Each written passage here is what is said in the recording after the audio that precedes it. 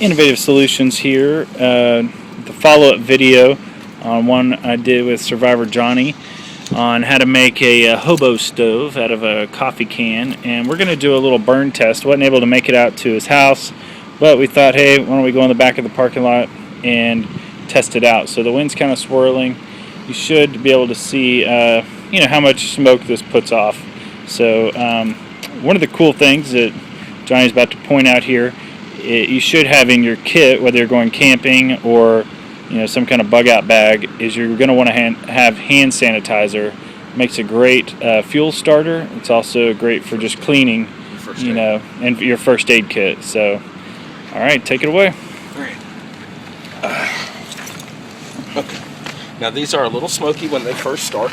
Yeah. This is just dried grass. I just went over to the curb and grabbed dried grass that has, was laying in the curb.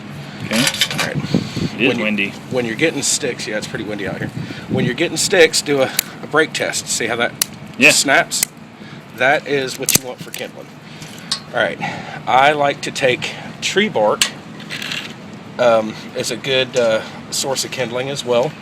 And this is all just, I just put this stuff together real quick. These are a little bit smoky when you're first lighting them up, but they're not so bad really. And especially once it gets going, it's very smokeless. And then I've got, this is the paper-like inner bark I've stripped out. Nice. It's just like, it's very paper-like. Mm-hmm. So all I'm doing is just putting in, this is just tree bark. Yeah. If you have a birch tree, birch is awesome. The bark on them light really well too. And I'll do a video later on about how you can get fresh water out of a birch tree. So if you ever have a birch tree in your yard or backyard, or if you find one in the woods, you should never die of thirst if you have one. So it's pretty cool.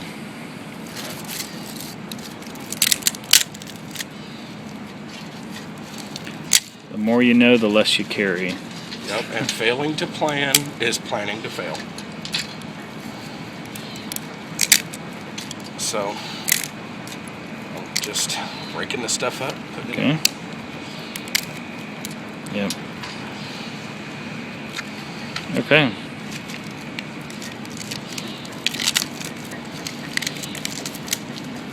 Alright, there's one other thing that you should carry in your kit, and a lot of guys are going to be like, oh, really? Let me see. I have one in my pocket because I basically carry stuff on me at all times that if I was lost, I would be fine. Let's see here.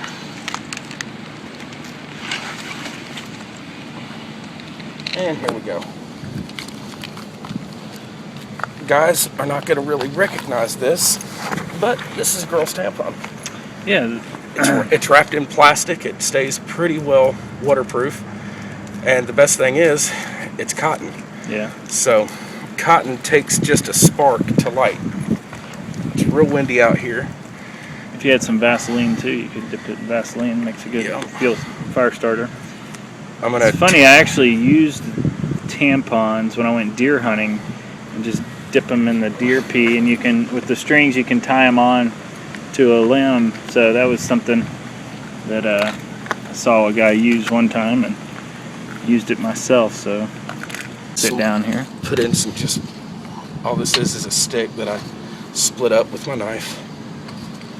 Okay. The other great thing about this stove, since we are on a windy day right now, is the can itself acts as a windscreen. So there we go. And the smoke begins.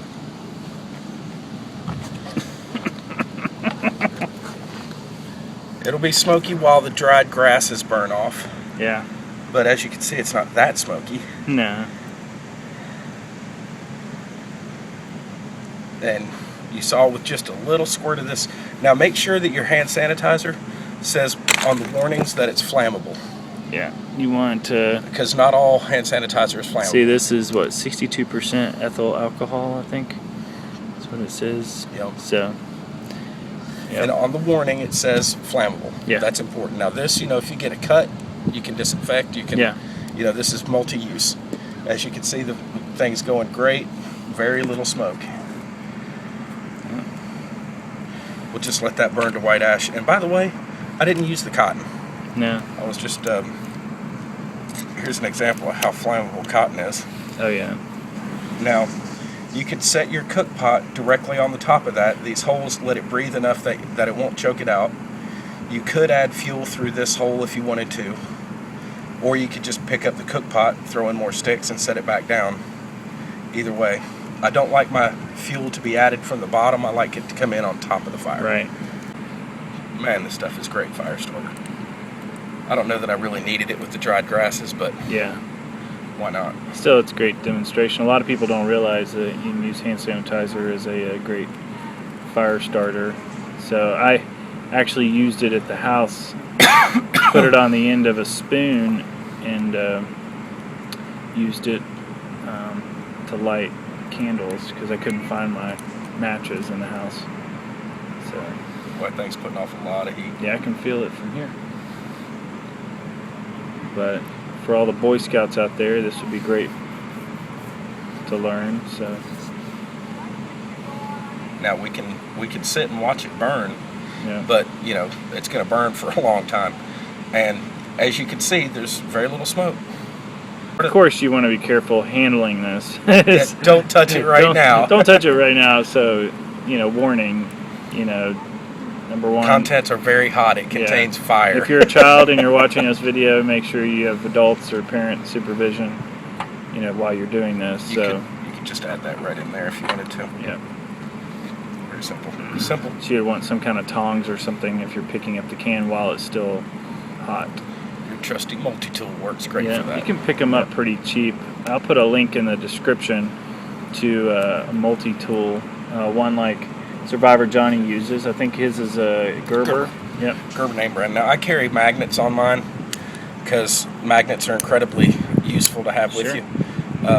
It comes straight out the end, which is nice because you can retract and you can do this one-handed if you wanted to. Just pinch it and let it fall under your hand. And notice how the rounded edges are toward my hand. Yeah. A lot of them open up and the implements inside are facing your hand. Yeah, that's. I don't like that. I don't either. You can close this and put it up with one hand. Nice. Well, I'll find that on Amazon.com and I'll put a link in the description for that multi-tool. So it's something I've been looking for a good one. I used to have one, but went on a hunting trip and never saw it again, along with a lot of my other equipment that I think one of my relatives currently own now. They liked it more than you did. Yeah. Now, some of what you're seeing for smoke here is because the cans come with like a plasticky film on the inside. Yeah, I saw of the can. it kind of melting on the inside there at the top. And that's the black that you see coming off. Yeah. It's getting rid of that. This is a But I'll first tell you burn. what, I mean, compared to an open fire, nobody's going to see this smoke like you would a big fire in the woods or something.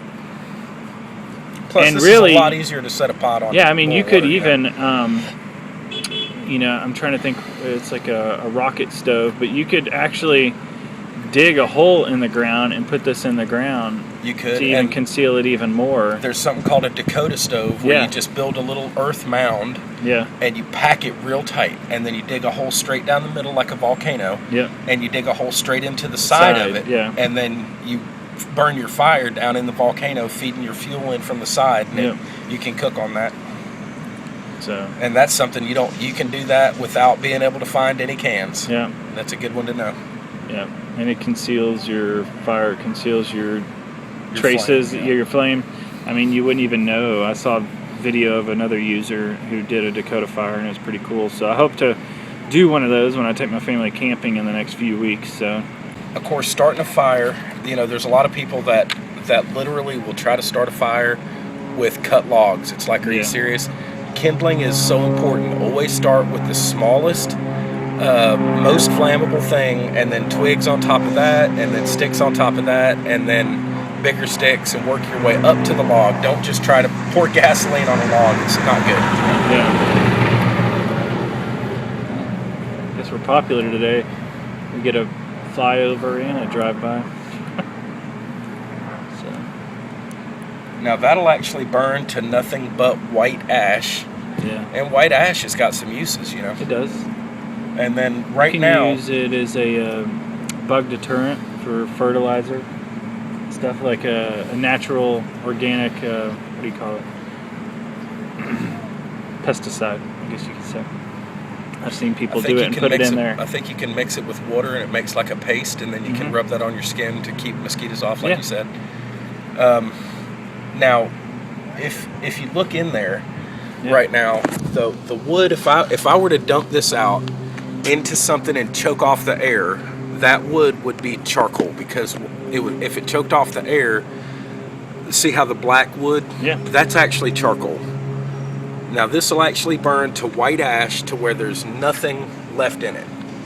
It's, you know, just a real efficient burn. You know, when you can always tell that it's efficient when it's nothing but white ash. Yeah. When there's not unburned stuff in it. That's true. And again, look how smokeless. Oh, that's a great stove. So we're going to be building one of those. I forget what they call the toucan design.